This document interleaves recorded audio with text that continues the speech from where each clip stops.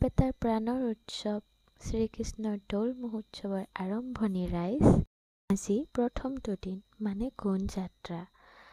সেয়েহে আৰম্ভ আতচবাজীৰে কৰিলোঁ ৰাইজ।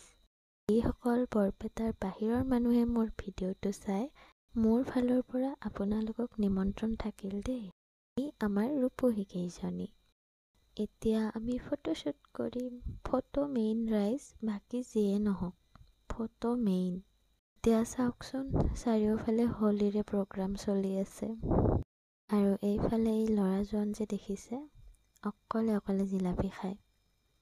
আৰু এই হৈছে আমাৰ চিটি গাৰ্ড আৰু এইজন হৈছে আমাৰ আৰ্টিষ্ট এস্থেটিক বাইদেউ আৰু এই আমাৰ মাষ্টৰণী বাইদেউৰ এইজন মোৰ লগত একেলগে পঢ়া স্কুল। বাৰু ৰাইজ, এতিয়া অলপ কিবা খাই লওঁ। চাওকচোন, চাওক ফটোত নামবোৰ। বৰপেটাৰ মানুহৰ যদি আমি আলু ভাজা আৰু ৰঙা ডিমা নাখাওঁ কেনেকৈ হ'ব ৰাইজ। দিয়ক, আকৌ কালি লগ পাম। আজিলৈ এৰিছোঁ, বাই বাই।